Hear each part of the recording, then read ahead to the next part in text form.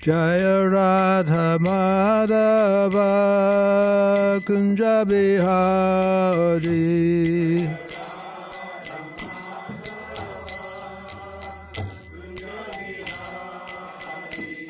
Jaya Radha Madhava Kunja Bihari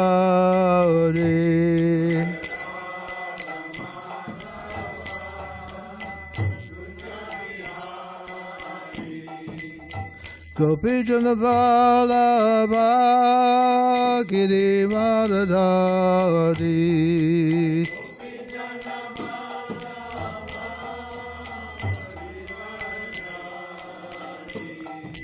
Gopijana Vallabha Girivaradhari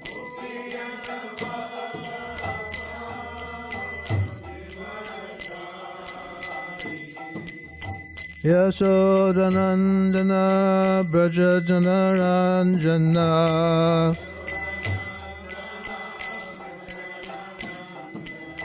Yasodanandana Brajajanaranjana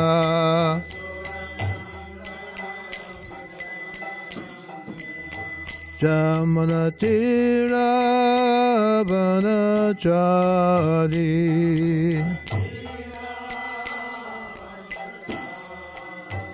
Jamanatira Vanachadi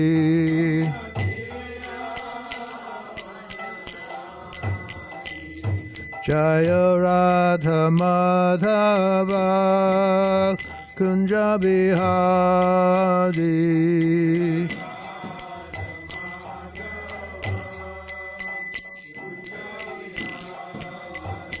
Jaya Radha Madhava Kunja Bihari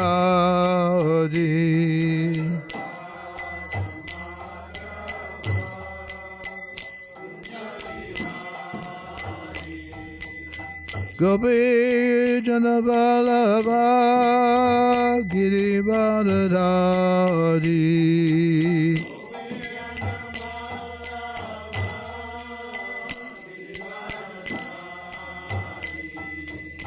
Gopijana Vallabha Girivaradhari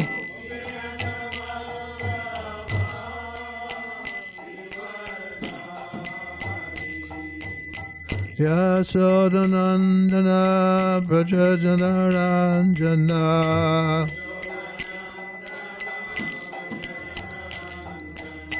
Yasodanandana Brajajanaranjana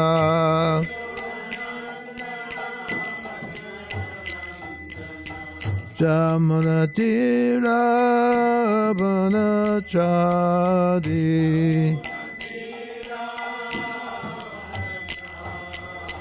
Jamanatira Vanachadi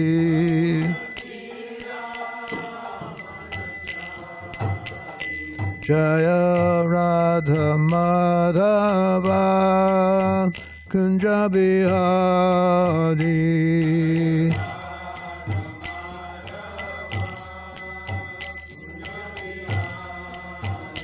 Jaya Radha Madhava Kunja Bihari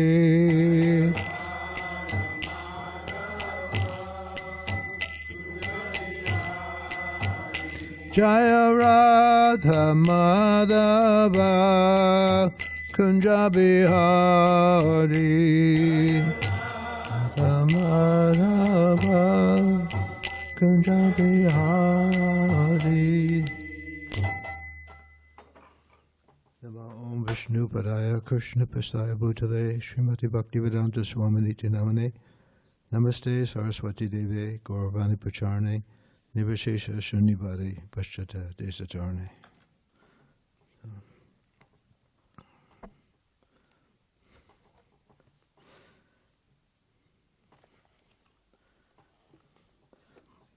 Reading from Bhagavad Gita.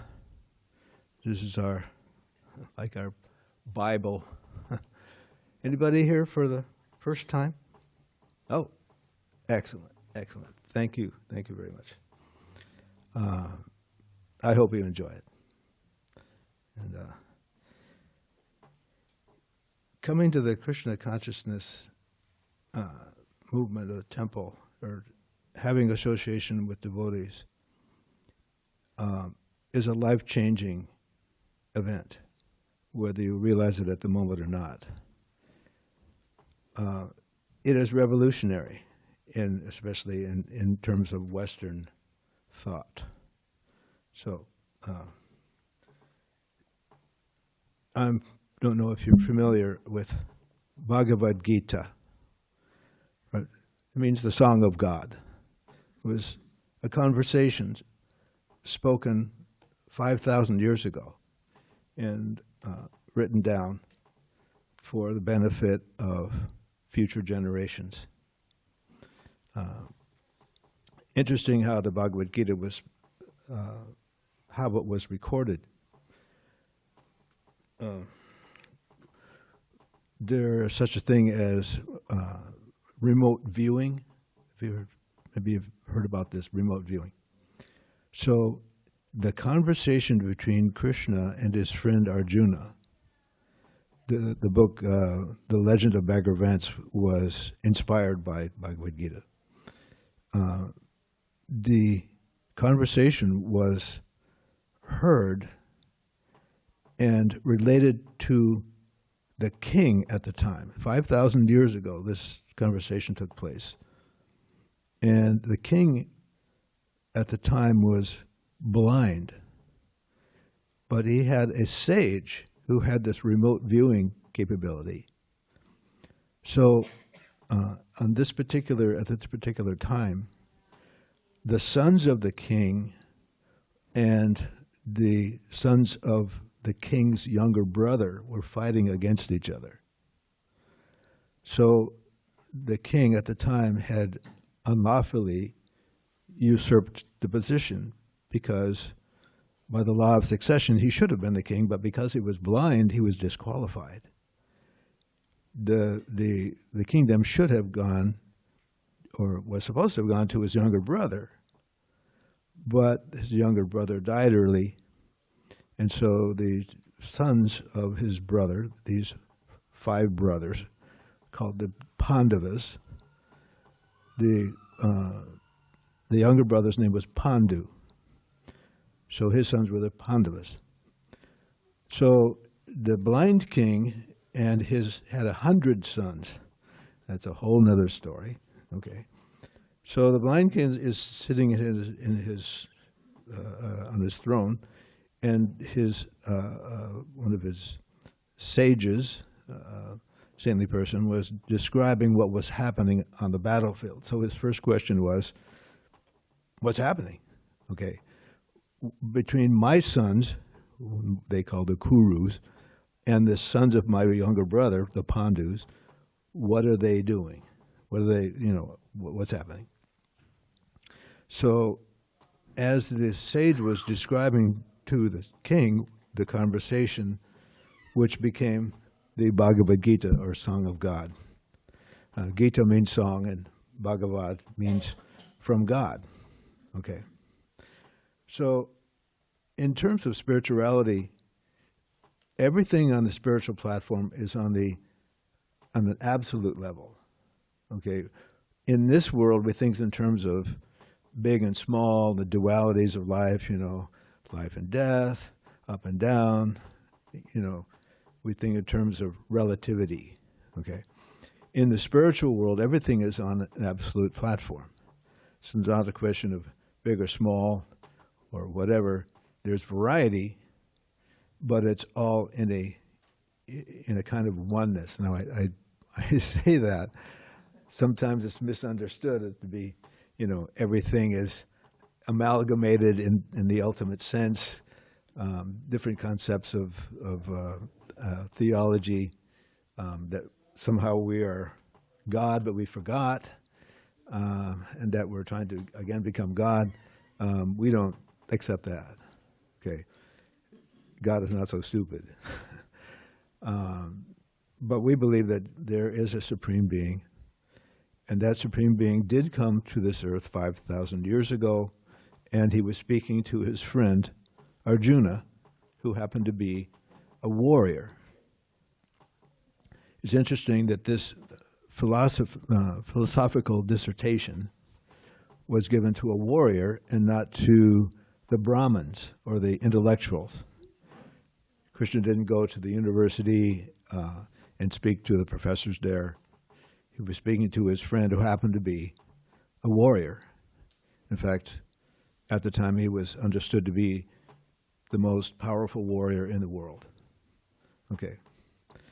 So anywhere you read in Bhagavad Gita, what I'm trying to say is that it's all on the absolute platform. So you can read any page, any verse, and in the Bhagavad Gita as it is, which was written by our spiritual master, Srila Prabhupada, he gave a purport to every verse in the Gita so that we can understand what the significance is, not just philosophically, but practically in our life.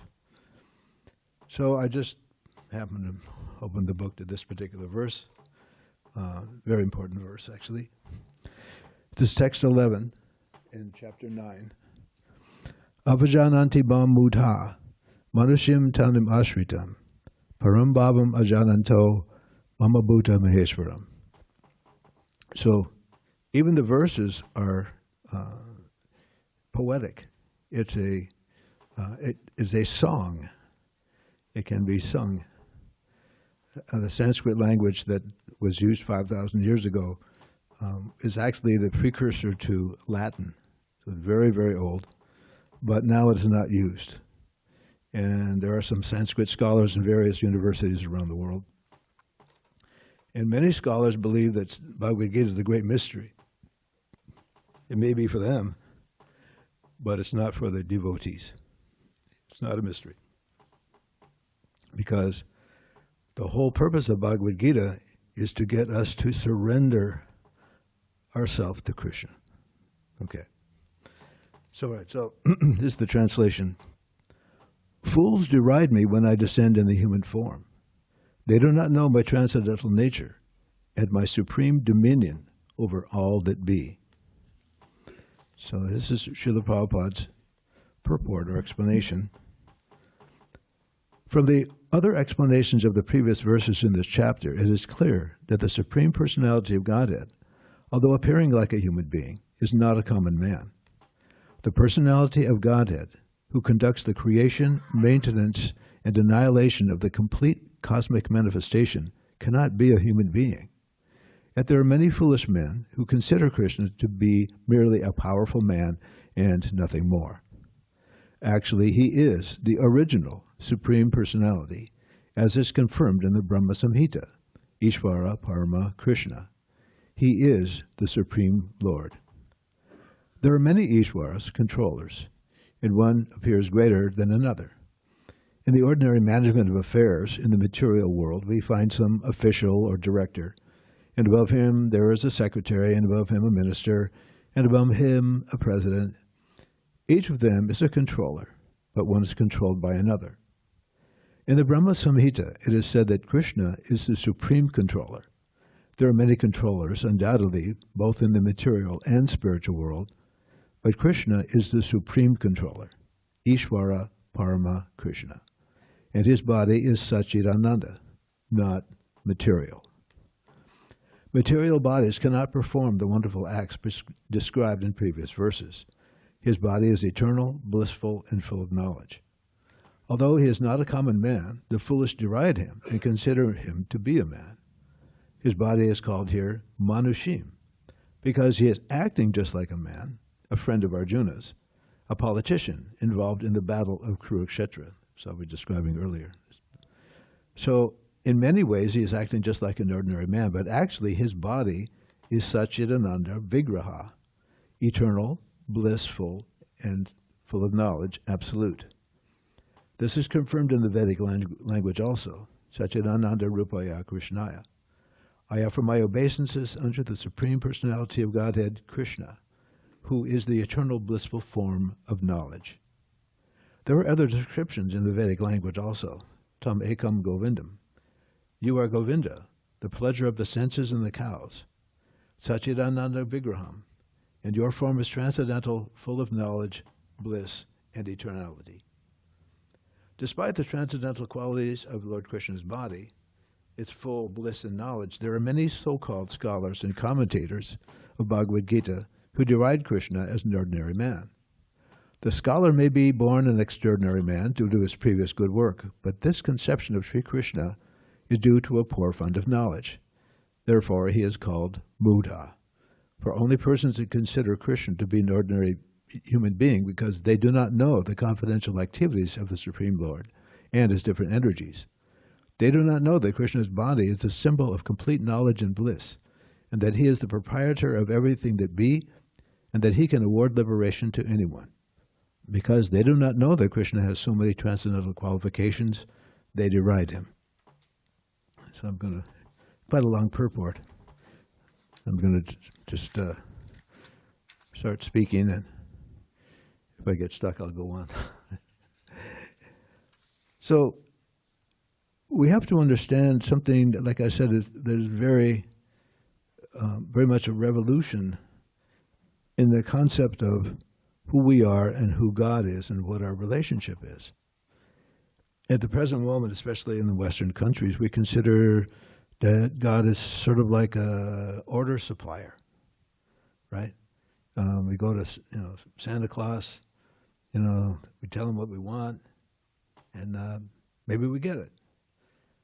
And we pray to God, please make my business thrive, let me be successful, may I win this contest, this sporting event, whatever it is. There's even a Buddhist mantra, the Nam-myoho Renge Kyo, right? I learned this in college, right? You may have heard of it. So the idea is you chant this mantra and you wish for things, right? So perhaps it works, okay? In the Vedic tradition, over 5,000 years old, Bhagavad Gita was spoken 5,000 years ago, but the knowledge this is sort of like a cliff notes of Vedic knowledge, the most important part of Vedic knowledge here in the Bhagavad Gita. Okay, so it's a condensed version, but in a sense, it's the most important part. Like you can go to the library, you can find knowledge or information about practically anything, or ask AI or whatever. Okay, but what's the most important thing for us, to understand who we are? In Krishna consciousness, Krishna is the owner, the enjoyer, and the controller of everything. I mean, he's not a control freak. Okay, he's not out there, wow, man, I'm God, right? He came 5,000 years ago. Only about a handful of people, maybe on one hand, knew who he actually was. Okay, so the reason why we don't understand Krishna is because we have a different kind of idea. Since he is the owner of everything, if I own something, then it's for me to enjoy. Okay, we are parts and parcels of Krishna, just like my hand is part and parcel of my body. And our existence is to appreciate and to love and serve Krishna. Not artificially, but out of love. And if you have everything, just imagine Krishna has everything. He created everything, he created us, he created this whole world. And there's another world, it's 3 times bigger. That's where he lives. But in this world, we're all trying to be little Krishnas. We want the enjoyment to come to us rather than serving Krishna. And this is a big deal. This is a whole new paradigm of life, that I'm supposed to serve this other person? how is that going to work out for me? And that's where faith comes in, right? How am I going to enjoy if I'm serving this other person? And at the present moment, I'm really not sure who or what he's all about. And that's why we come together and we have lectures about Krishna consciousness so that we can understand the lay of the land. And not only that, by chanting and having a nice feast and enjoying the association of devotees and reading about Krishna consciousness, you actually begin to feel it. That's where the rubber meets the road. Okay, if you're not feeling it, then it's just academic, right? I mean, there's so many philosophies that sound great on paper, communism or whatever, in the Monday world. But if you don't feel it, if you're not understanding it and enjoying it, it's just, armchair speculation. So by chanting, you actually get a taste. This feels pretty good. When I met a devotee and I bought this Bhagavad Gita, and the guy said, if you chant for 5 minutes a day, you'll see at the end of a week, you'll have a change in your consciousness. Well, at the time, I was kind of depressed. I thought, well, I've tried everything else, sex, drugs, and rock and roll, and Yamyo Renkyo, and whatever else.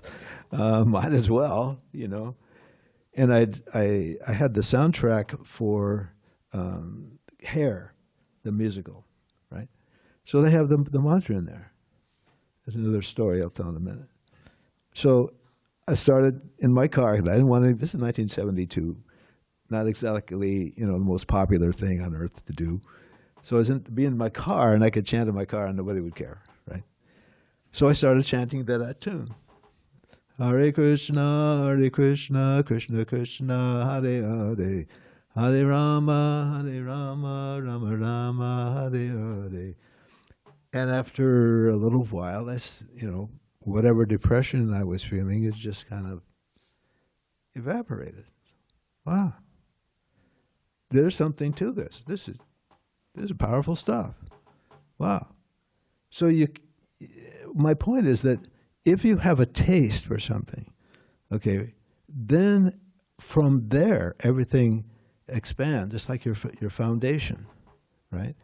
So why are the devotees going out dressed with robes and shaved head? I used to have a shaved head, and a ponytail, and face paint, and dancing around on the street.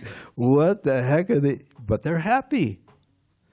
How come I'm not happy? They're not working. They're just, they should get a job and cut their hair. Like, how come I'm not happy, right? The people become a little envious sometimes. But when you're actually feeling Krishna consciousness, and as the light goes on, that's why. I came to the temple one time. This is like early January 1972. I came to the temple and they put me to work in the kitchen doing devotional service, because I didn't know what devotional service was. So, okay, now I get it, devotional service. Okay, doing something for Krishna, right? So I spent the day doing different kinds of things. And at the end of the day, when all the devotees would gather in the temple and start chanting, and they're jumping and, the big smiles and having a great time, and I'm like, I got it. Now I understand why they're jumping and dancing, because I'm feeling it. I'm there, right? And once you feel the transcendental pleasure, then the other things that you're doing to find pleasure seem to fade. It's like, now you got to choose, okay? I was doing, whatever people do, 20 years old in 1970s, fill in the blank. But I realized I had to give one or the other up. If you are chanting and get a spiritual high, and then try to enjoy something in the material pleasure, they counteract. They don't. It doesn't work. You don't get the same kind of pleasure. Okay, so we have to decide. So it's a life-changing event, and why does serving Krishna make me happy? It, in the material sense, it doesn't make any sense. And that's okay. Maybe you're loving your wife, your girlfriend, or your friend, or whatever, your dog, whatever it may be. But the reciprocation is never 100%, because they don't really know you, and in fact, it's kind of a business relationship. That I'll please you a little bit, but I'm hoping to get something back for it, right? So that's the material calculation. But the pure devotees, like Srila Prabhupada, he never expected to get anything because his heart was pure.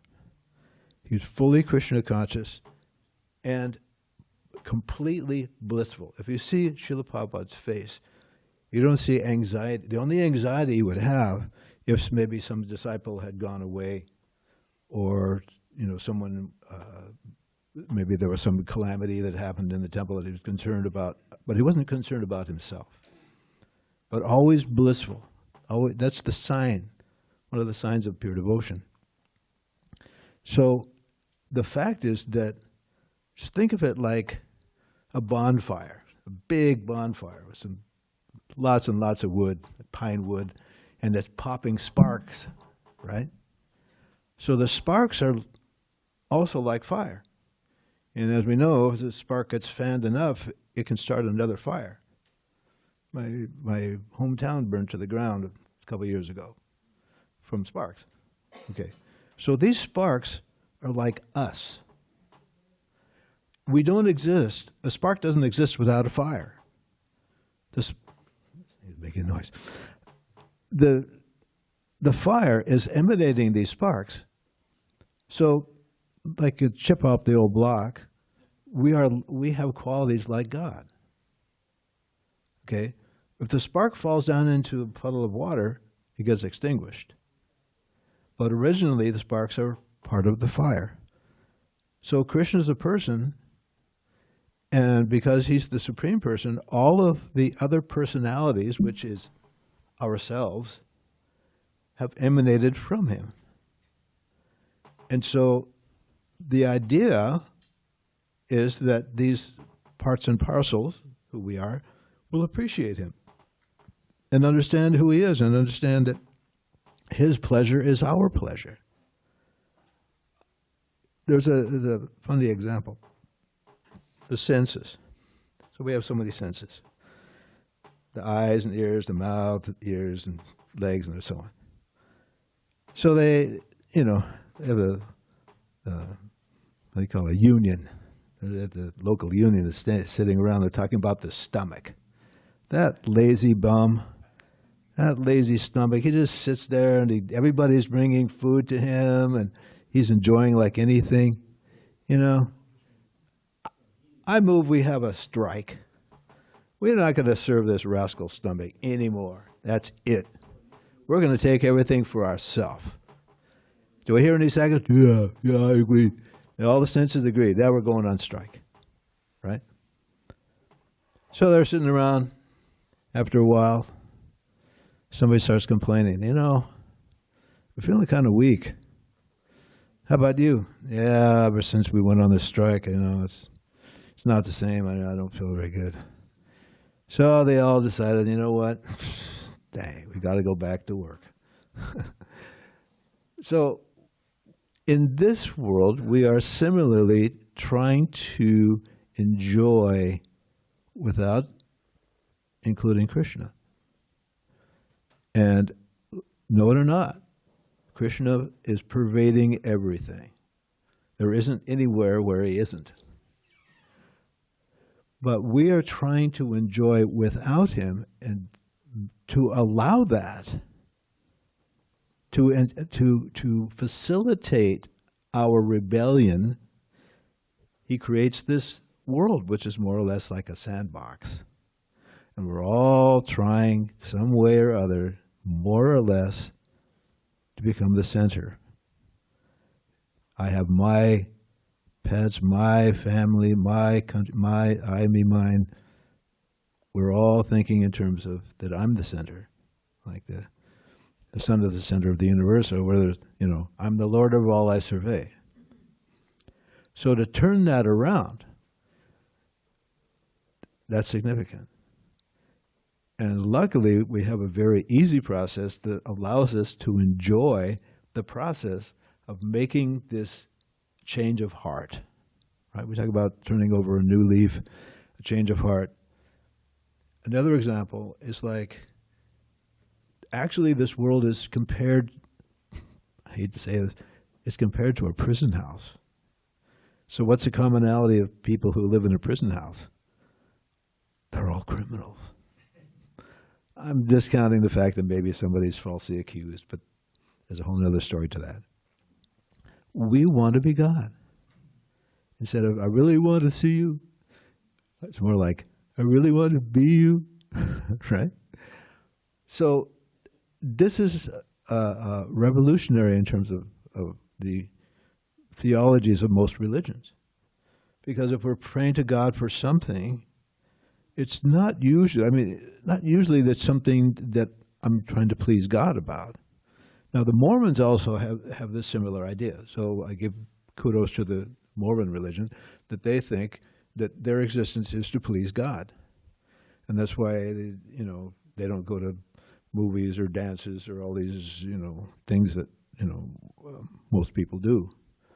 I found that out. I had a nice girlfriend in high school, but we couldn't do anything because the idea is they're trying to please God. And that's the proper understanding. Okay. So all of these different religions, even in the Vedic tradition, which is thousands and thousands of years old, there is some concession for some material enjoyment. Suppose you want a beautiful wife, okay? Something that people want. So there's a certain goddess that you can worship that if you do the proper worship, then it could happen. Suppose you want to be very strong. You want to be another Arnold Schwarzenegger. You can worship the deity of the earth.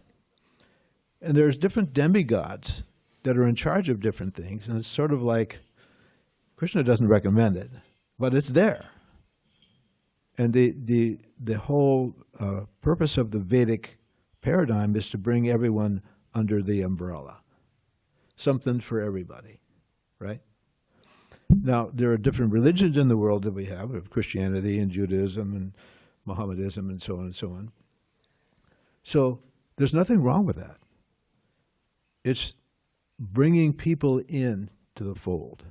But there's still, the idea is not that I'm dedicating my life to another person, but it's that I want to get my desires fulfilled, right? All based on us, right? So this is unfortunate because it doesn't bring us full satisfaction and it doesn't get us liberation from this world. Okay.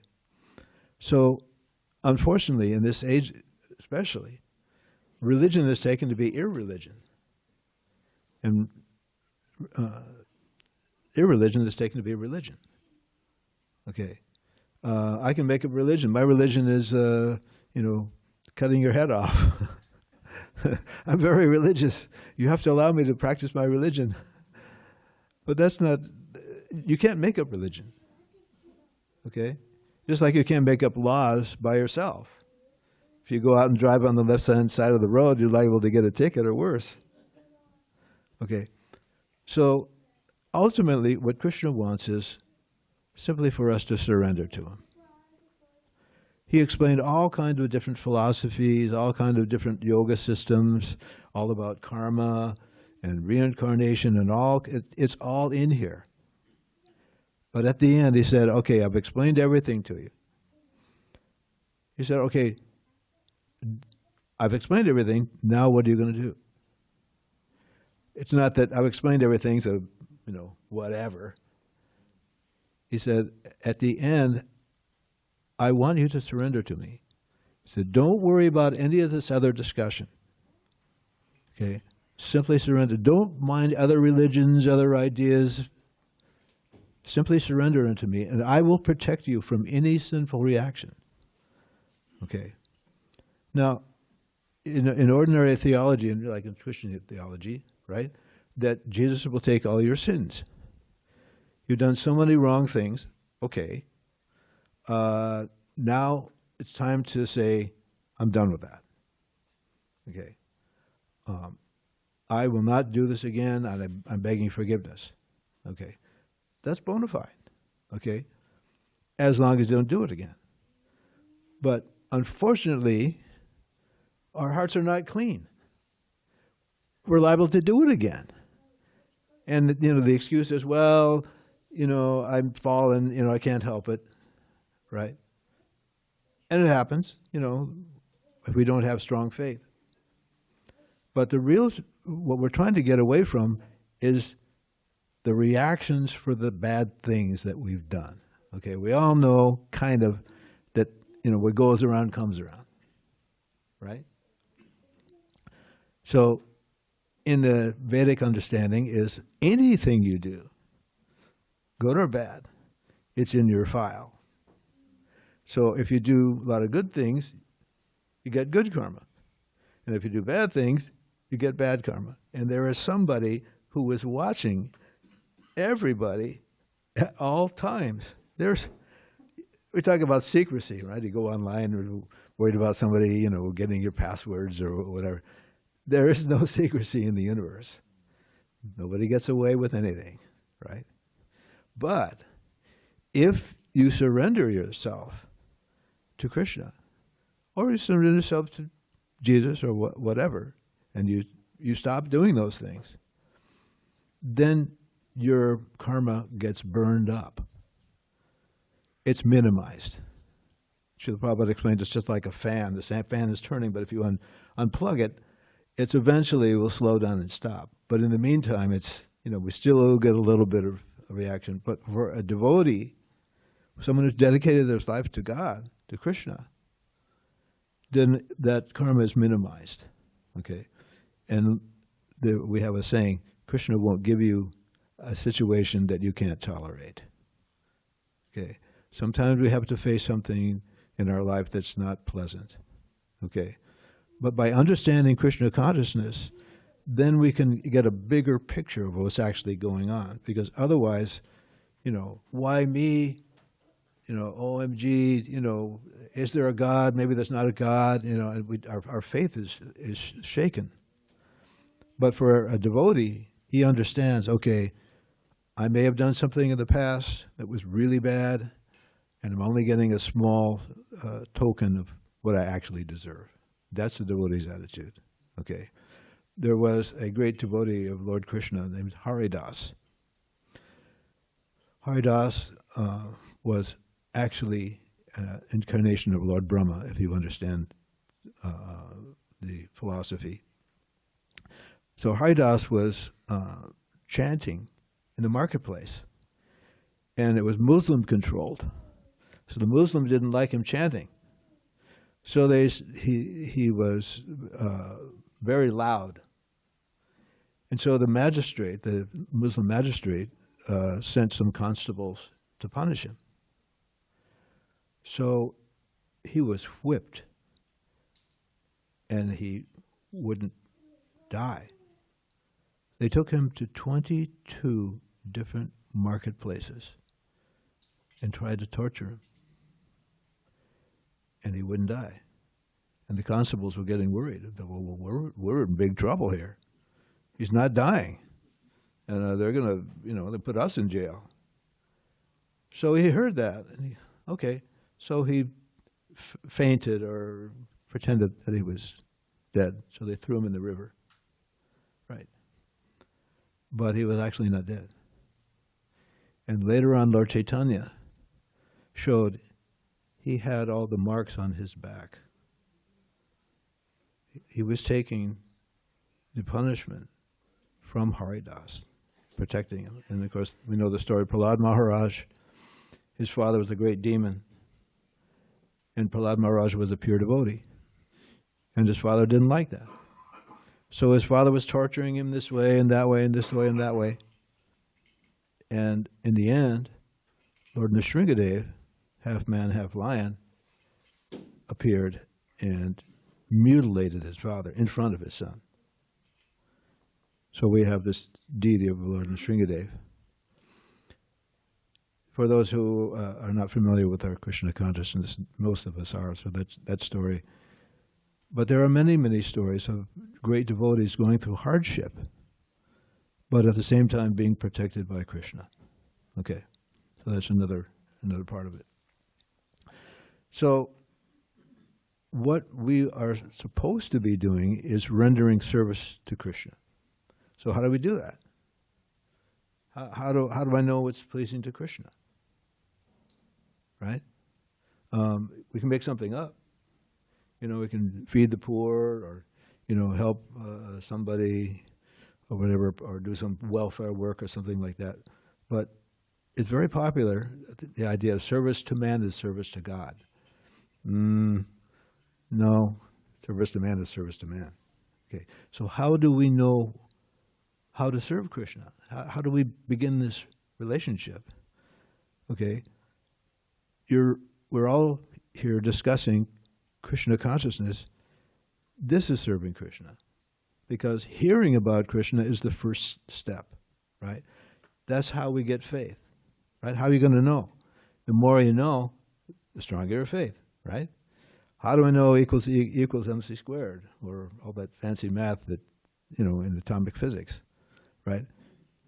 I'm not Einstein. I'm not Max Planck or some of these other scientists. But you hear from them, you hear that explanation, it's like, okay. I may not understand everything, but I can believe it. We can't live without this F word, F-A-I-T-H. You can't live without faith. You walk on the floor, you have faith, there's not a sinkhole right there. You have to believe the teacher. You go to school, you believe the teacher, right? You believe your best friend, okay? There are also cheaters. So you have to know where to get the proper information. So in Bhagavad Gita, Krishna says, if you want to know the truth, you have to find a spiritual master. And that's not something that's DIY, right? We're very DIY conscious in this country, do it, self-made, right? There's no such thing. Because the truth is, we are all under an illusion that is impenetrable. The illusion is there so that we can think somehow that we're the enjoyer. You see how everything relates? We're here to try to be like God. So there's an atmosphere which engenders that. And there's a person, a goddess, Durga, or Maya, that her job is to try to entice us to remain here. And at the same time, kick us. We're being enticed to do something that's not good in our vain attempt to try to find happiness. But it doesn't work. It doesn't work. It will never work. But that's, for example, we had a very famous comedian a few years ago. I'm 74, he was also my age. And he committed suicide. He had it all. Friends all over the world. There's no one who knew who this guy was that didn't absolutely love him. He had all the money and everything he could possibly want. And yet he was so unhappy that he committed suicide. I mean, tear your heart out. So no matter how much you gather, the inconvenient truth, we all have to die. And you have to give it all back. It'll go to somebody else. So what we're trying to do is wake up to see the real truth that we're tiny spiritual beings and we cannot really have happiness here. There's some happiness. And you can go to heaven. It's a real place. You go out and look in the night sky when there's no clouds, and you can see all those stars up there. Those are planets, and they're heavenly. And their standard of living is mind-blowing. Talk about thousands of times better than on this earth, if you can imagine it. On and on. But it's temporary. Even if you go to the heavenly planets, even become a demigod, it's not eternal. And after some time, which in terms of years is mind-blowing, thousands and thousands or maybe millions of years, it comes to an end. So how is that an improvement? You still have to die, you still have to get old, you still have to get disease, and don't get me started on the gestation process. It's not very much fun. So unless we come to the point of asking, what's it all about, Alfie? Why am I dying? Why I don't want to die. I don't want to get old. What the F? Where is there something better? Is there something more? And yes, there is. But it's just like when you're in prison. Why would you, if you think, well, if I get out, but then if you haven't reformed yourself, you're just going to get back in, you'll be back in prison. Recidivism, right? So even if you go to some heavenly planet and enjoy, the desire to be an enjoyer is still there. Kṛṣṇa conscious means we're not the enjoyer, but we're happier making Kṛṣṇa happy, right? Look at the deities in our altar. Is that beautiful or what? Kṛṣṇa is so nicely decorated. Why? Because he has devotees that love him. And we're inspired by that. And devotees are giving donations, you know, for the flowers and for the nice dresses and everything. It's beautiful.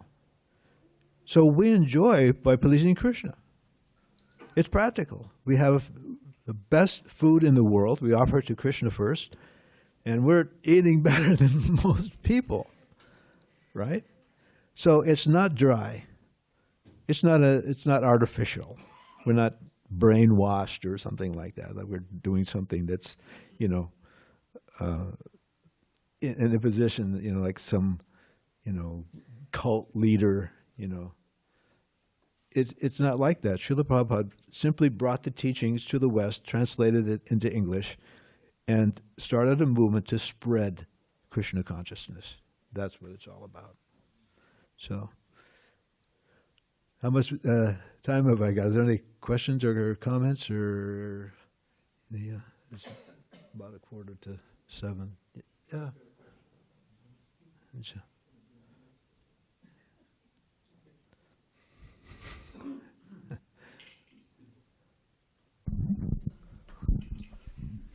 Oh, thank you, Prabhu. What a nice class. Also, I wanted to add that for the new people, or just in general, we also have really good times sung together, like in our different devotional houses. Like, I remember your birthday party a few years ago. It was very transcendental. Your famous pizza party. My husband Rajan and Nana everyone was dancing up and down, and so we can have kirtan and prasadam and glorification like in our houses, and it's very intimate and very sweet. Thank you for that, by the way. Oh, good point. It's not that everyone has to become a monk. We're not asking people to shave their heads or move in a temple. You can have Kṛṣṇa conscious ceremonies at home, chant, dance, offer your food to Kṛṣṇa, and you get the same effect as being in the temple. So we come together on a Sunday night, and we have also a Kṛṣṇa lounge on Thursday nights and down in South Bay on Friday nights. And sometimes we do in-home programs. You can ask the devotees about that. You can have devotees come and chant and bring prasadam. Anytime you get together, even the Christians and the other religions, they do the same thing. They have mosques or temples, whatever. What the idea? You get together and improve and increase your faith. That's the whole idea. So you can have a party at home, and she was mentioning a birthday party years ago, and cooked a bunch of pizza, offered to Kṛṣṇa. They're chanting and dancing. So it's not dry. Kṛṣṇa consciousness means enjoying with Kṛṣṇa, and that's our real position. So, any other comments? Questions? Hare Krishna. So, Ed, Hare Krishna. Oh, you just... Okay. So again, I want to thank you and thank yourself. Yeah, thank yourself for coming. Yeah. Arjuna asked the question in Bhagavad Gita, what happens to someone who's not perfect by this process of bhakti or doing their religious activities? What if he's not perfect in the end? So what happens? That's a good question. The question he's asking is, in the Bhagavad Gita, Krishna was explaining about this yoga process. And Arjuna is asking Krishna, well, what happens if you don't attain success? Okay. So Krishna explains that the unsuccessful yogi, okay, they are allowed to go to the heavenly planets. And then after enjoying in the heavenly worlds for a long time, they take birth again on the earth in a family of intellectuals and or a wealthy family. And at the same time, they become attracted to practicing yoga again. And I'll tell you some stories in this connection. Some of my old friends that I grew up in the Pacific Palisades, which is, I'm talking about what burned down. It was extremely wealthy community. It wasn't in the beginning, but over time, you know, my father's $12,000 house became $2.5 million, okay, built in 1948. But anyway, so many of my friends, I discovered, were interested in yoga. Another, for whatever different kind of yoga societies or whatever.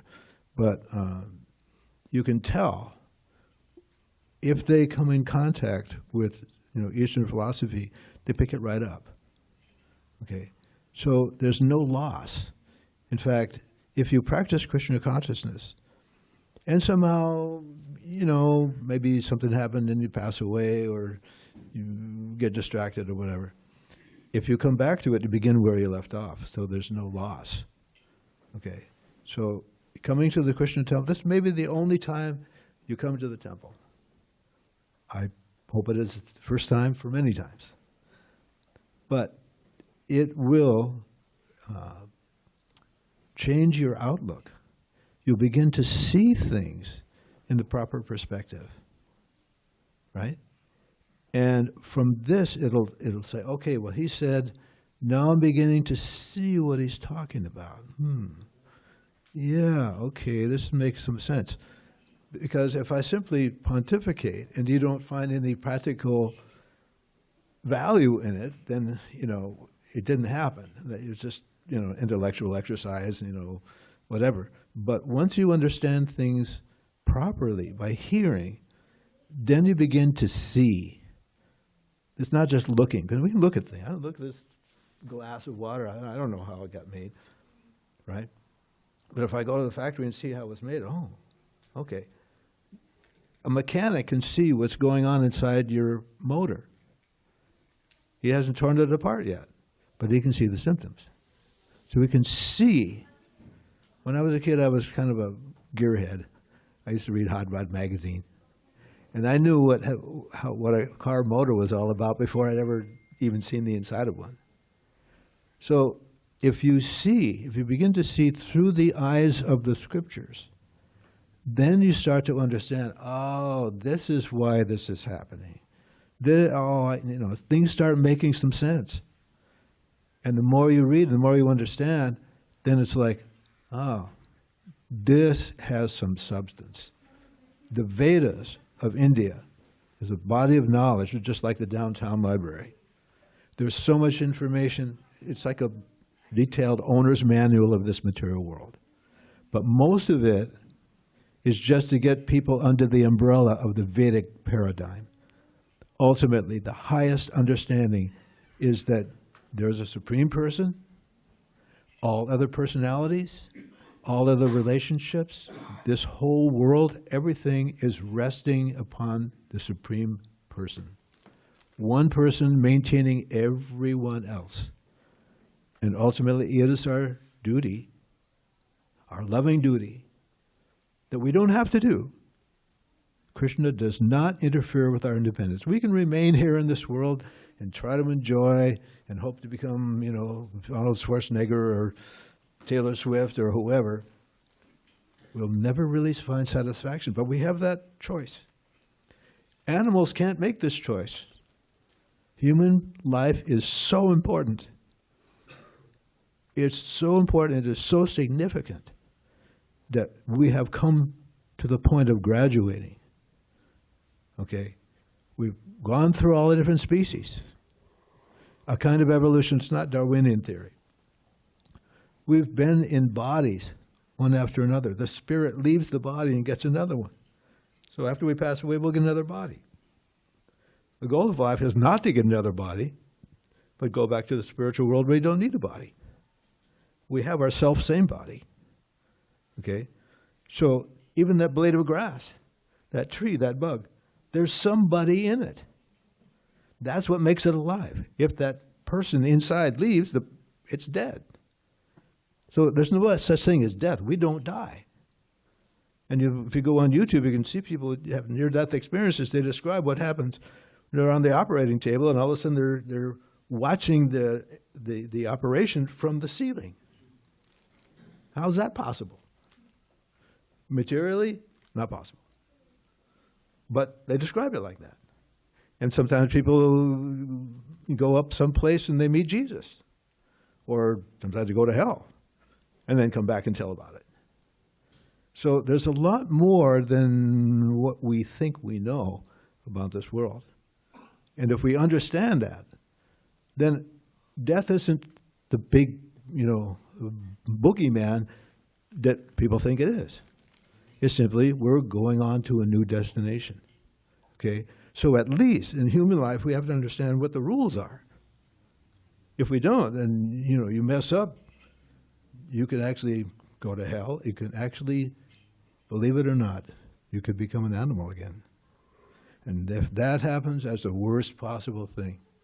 Okay? Because then you have to take birth in all the different species between that animal and human life. It's a succession that, gradually come to the pinnacle of being a human being. So our life is precarious. It's very precarious. We don't want to make a mistake. But if you start chanting Hare Krishna and you surrender yourself as much as you can, okay? Again, we see these devotees dressed in saffron and they dedicated their life, they're monks, they're very strict and they do things that most people can imagine. Getting up, at 3:30 in the morning and taking a cold shower and having the first ceremony at 4:30 in the morning and then chanting for hours and going out and preaching all day. Okay, that's some serious stuff. Okay. We're not expecting everybody's going to do that. Okay? We have our families, we have our job. I work, I have a small business. We all can do whatever we normally do, but we just add Krishna. And you come to the temple and you chant, maybe chant at home, read Srila Prabhupada's books. You're on your way. And once started, you will go to the end sooner or later. It may take a few lifetimes. If you're very serious, it might take one lifetime. So Krishna consciousness is a real benediction to the world. And to imagine that one person came from India with no money and produced temples in 12 years, over 100 temples, communities, farm communities, schools, and printing over 60 books, full-size books like this. One person, our spiritual master, Srila Prabhupada. So we're very, very fortunate. We should always appreciate what he did for all of us. So, all right. Thank you so much. Thank you, thank you. Hare Krishna.